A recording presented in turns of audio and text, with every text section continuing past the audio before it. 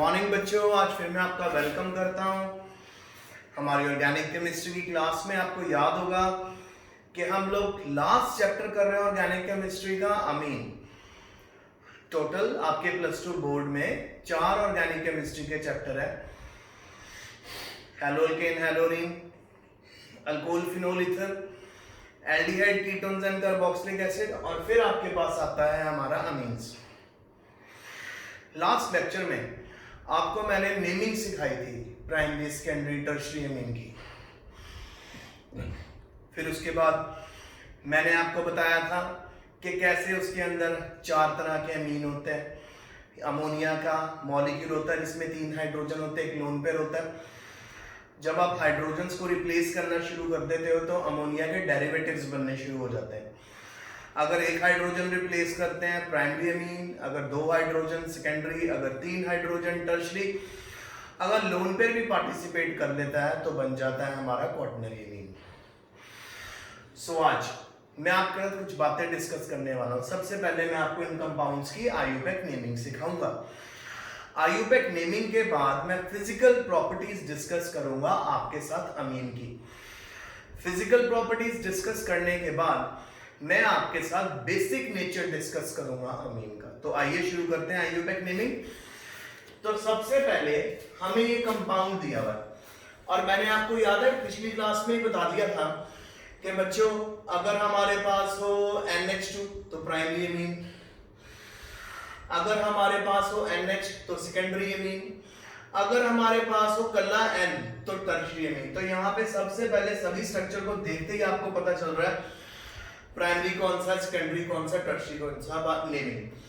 तो सपोज ये कंपाउंड हमें दिया हुआ है, इसकी नेमिंग हमें करनी है। सबसे पहले आप देखो यहाँ पे NH है, NH यानी ये सेकेंडरी अमीन है। तो आप इन दोनों में से सबसे छोटा ग्रुप देखो कौन सा है। इस तरफ मिथाइल ग्रुप है, इस तरफ मिथाइल ग्रुप है। तो क्योंकि ये ग्रुप छोटा है तो इसको हम अल्काइल पार्ट लेंगे, ये बड़ा वाला 2 कार्बन वाला चेन बन जाएगा। सो N मिथाइल, हमेशा जब भी आप अल्काइल पार्ट बोलोगे क्योंकि वो नाइट्रोजन के साथ जुड़ा होता है तो हमें N भी लिखना पड़ेगा। तो ये बनेगा N मिथाइल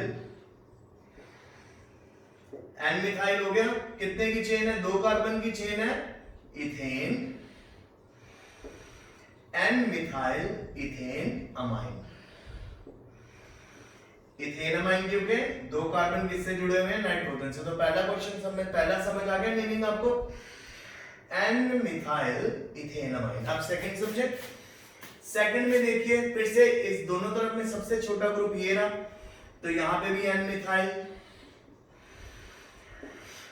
मिथाइल करने के बाद अब जरा आप नोटिस करो यहां पे हमारे पास इथेन के पास भी एक मिथाइल ग्रुप है। कौन सी पोजीशन पे है? अगर आप नोटिस करो 1 2, तो N मिथाइल ये हो गया, फिर 1 मिथाइल इथेन अमाइन, फिर से N मिथाइल, छोटा वाला ग्रुप N मिथाइल हो गया। फिर जो हमारे पास अगली चेन है उस चेन में हमारे पास फर्स्ट पोजीशन पे मिथाइल ग्रुप है, N methyl 1 methyl ethane amine. Okay, is it clear with you? N methyl 1 methyl ethane amine. Counting यहां से शुरू होगी ना। अब हमारे पास ये सिंपल आ गया। अब सिंपल में तो आपको पता ही है कितने कार्बन है? 3, propane amine, simple propane amine. अब जरा ये देखिए इसमें हमारे पास क्या चक्कर हुआ है। यहां पे अगर हम इसको मेन चेन लें तो 1 2 3 ये मेन चेन होगी बेटा। सेकंड पोजीशन पे ही अमीन ग्रुप प्रेजेंट है, सेकंड पोजीशन पे ही मिथाइल ग्रुप प्रेजेंट है, तो इसका नाम होगा 2 मिथाइल।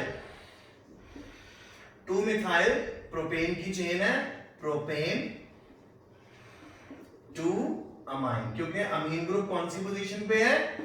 सेकंड पोजीशन पे। फिर देखिए CH3 सेकंड पोजीशन पे मिथाइल है, सेकंड पोजीशन पे NH2 है, तो नाम बना इसका 2 मिथाइल प्रोपेन 2 अमाइन। ओके,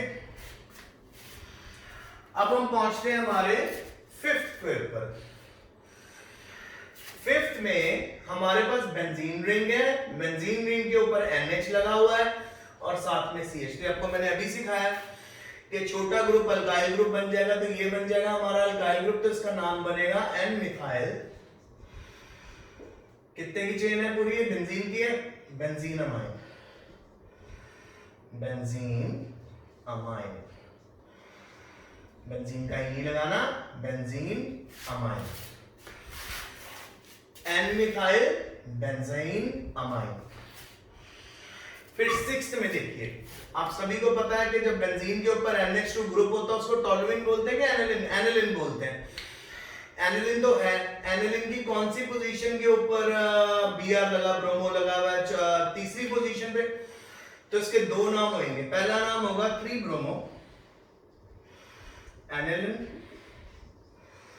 और अब आपको पता है कि पहली दो पोजीशन, सेकंड पोजीशन होती है ऑर्थो, थर्ड पोजीशन होती है मेटा, चौथी पोजीशन होती है पैरा।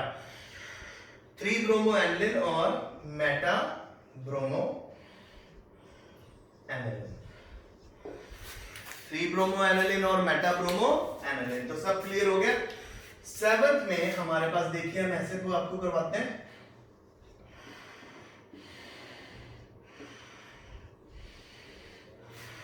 अब हमारे पास नाइट्रोजन के राउंड एक तो मिथाइल है, एक दो मिथाइल ग्रुप है और एक इथाइल है। ABCD में E पहले आता है, तो पहले आएगा N इथाइल, N इथाइल, फिर N dimethyl, N ethyl, N dimethyl amine. तो यानी सबसे पहले हमने N इथाइल करा, फिर N डाइमिथाइल करा अमीन। तो सारी नेमिंग हो गई। अब जरा इसके हम प्राइमरी सेकेंडरी टर्शियरी निकाल दें।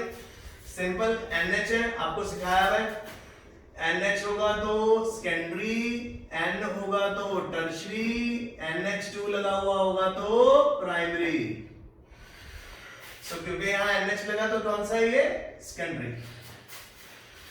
यहां पे भी NH लगा तो सेकेंडरी, NH लगा तो सेकेंडरी, कल्ला NH2 लगा तो प्राइमरी। फिर उसके बाद हमारे पास अब इस केस में भी NH2 लगा हुआ है तो प्राइमरी, NH2 लगा हुआ है जी प्राइमरी, कल्ला N लगा हुआ है तो टर्शियरी।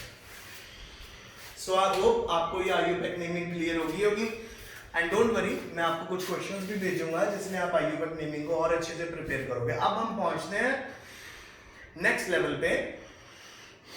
नेक्स्ट लेवल है फिजिकल प्रॉपर्टीज। अगर हम डिस्कस करें सो बेटा, फिजिकल प्रॉपर्टीज में जो पहले छोटे वाले लोअर अमीन होंगे, मिथेन अमाइन, इथेन अमाइन, ठीक है, ये सारे के सारे गैसेस होंगे और उनकी थोड़ी सी आप कह सकते हो पंजेंट स्मेल आएगी। अमोनिया की स्मेल तो आपने सूंघी होगी, इवन जब कोई यूरिनेट करता है तो वहां पे जब यूरिन ऑक्सीडाइज होता है वो अमोनिया में कन्वर्ट होता है, और अमोनिकल स्मेल हम सबको पता है किस तरह की होती है। सो अगर बच्चों हल्की सी स्मेल आ रही है, मतलब पंजेंट ऑर्डर आ रहा है और वो गैसियस फॉर्म में है, तो प्राइमरी अमीन है, लोअर प्राइमरी अमीन। अब जैसे बेटा प्राइमरी अमीन का नंबर बढ़ता है कार्बन का, वो बन जाते हैं लिक्विड, जैसे प्रोपेन अमाइन हो गया, ब्यूटेन अमाइन हो गया, पेंटेन अमाइन हो गया, लिक्विड। उसके ऊपर अगर कार्बन का नंबर बढ़ जाएगा तो वो बन जाएंगे जी सॉलिड्स। ओके, क्लियर हो गया आपको? फिर उसके बाद हम आगे चलते हैं। आगे मैं आपको बताना चाहता हूं कि अगर हमारे पास ऑर्डर आ जाए सॉल्युबिलिटी का, तो बेटा प्राइमरी अमीन, सेकेंडरी अमीन और टर्शियरी अमीन आपको मिले हुए, इनमें से सबसे सॉल्युबल होगा प्राइमरी अमीन, या लोअर मेंबर जो होंगे ना अमीन के, जो एक एक कार्बन वाले अमीन होंगे, दो दो कार्बन वाले अमीन होंगे, वो सॉल्युबल होंगे। रीजन, क्योंकि वो इजीली हाइड्रोजन बॉन्ड बना सकते हैं वाटर के साथ। बट हायर अमीन जिनमें कार्बन का नंबर ज्यादा है वो वाटर में सॉल्युबल नहीं होंगे, क्योंकि वो हाइड्रोजन बॉन्ड्स नहीं बना सकते वाटर के साथ, क्योंकि उनका मॉलिक्यूलर वेट या साइज बड़ा होता है। फिर उसके बाद बेटा नेक्स्ट लेवल आपके पास आ जाता है, अगर हम डिस्कस करें सो वो आ जाता है हमारा बॉइलिंग पॉइंट और मेल्टिंग पॉइंट के ऊपर। अच्छा, इसका ऑर्डर इस तरह से है, बॉइलिंग पॉइंट और मेल्टिंग पॉइंट का, हमेशा याद रखना जो लीनियर चेन वाले होते हैं ना कंपाउंड, लीनियर चेन वाले कंपाउंड्स का हमेशा बॉइलिंग पॉइंट और मेल्टिंग पॉइंट ज्यादा होता है। ऐसा क्यों? अब देखो यहाँ पे अगर हमारे पास ऑप्शन देखे, एक ये हमारे पास टर्शियरी की ऑप्शन है, ये हमारे पास सेकेंडरी की ऑप्शन है, ये हमारे पास प्राइमरी। आप देखो प्राइमरी में लॉन्ग चेन मिल रही है आपको, जितनी लंबी चेन होती है उतना ज्यादा आपका सरफेस एरिया ज्यादा होता है, जितना सरफेस एरिया उतना मेल्टिंग और बॉइलिंग पॉइंट ज्यादा होता है। तो यहां से आप यहाँ पे इस लेवल पे पहुंचते हो कि प्राइमरी अमीन का मेल्टिंग पॉइंट और बॉइलिंग पॉइंट हमेशा ज्यादा होएगा। इसको आपने कभी नहीं भूलना। क्यों ज्यादा होएगा? क्योंकि जी प्राइमरी अमीन में ब्रांचिंग नहीं होती, जिससे सरफेस एरिया ज्यादा होता है। सरफेस एरिया ज्यादा होने से बॉइलिंग पॉइंट और मेल्टिंग पॉइंट बढ़ जाता है। सेकेंडरी अमीन में ब्रांचिंग हो गई, सरफेस एरिया कम हो गया, स्फेरिकल शेप आने लगी, मेल्टिंग और बॉइलिंग पॉइंट लो। अब अगर टर्शियरी अमीन के बारे में हम बात करें, वहां पे तो और ब्रांचिंग हो जाएगी। देखो यहाँ पे कितनी ब्रांचिंग थी, जैसे मैंने आपको एन इथाइल एन डाइमिथाइल अमीन वाला करवाया था टर्शियरी, तो यहाँ पे ब्रांचिंग बहुत ज्यादा थी। तो यहाँ पे मेल्टिंग पॉइंट और बॉइलिंग पॉइंट भी सबसे कम होगा। तो ऑर्डर क्या होगा बॉइलिंग मेल्टिंग पॉइंट का? Primary, secondary, tertiary. क्यों? प्राइमरी में सरफेस एरिया ज्यादा होता है, सेकेंडरी में ब्रांचिंग से सरफेस एरिया कम हो जाता है, टर्शियरी में और सरफेस एरिया कम हो जाता है क्योंकि ब्रांचिंग और बढ़ जाती है। तो आज बच्चों यहीं तक का हमारा लेक्चर था, जिसमें मैंने आपको आईयूपैक नेमिंग सिखाई, अच्छे से आपने प्रैक्टिस की, फिर उसके बाद हमने फिजिकल प्रॉपर्टीज आज की हैं। तो कल जब मैं आपको मिलूंगा, कल मैं आपको बेसिक नेचर के बारे में बताऊंगा कि कैसे अमोनिया का बेसिक नेचर बढ़ जाता है अगर उसमें इलेक्ट्रॉन विथड्रॉइंग ग्रुप लगेंगे या अगर उसमें इलेक्ट्रॉन रिलीजिंग ग्रुप लगेंगे। बढ़ेगा इलेक्ट्रॉन रिलीजिंग ग्रुप के केस में, घटेगा इलेक्ट्रॉन विथड्रॉइंग ग्रुप के केस में। कैसे? ये सारा हमारा कल का लेक्चर है। Stay safe, stay home, study hard.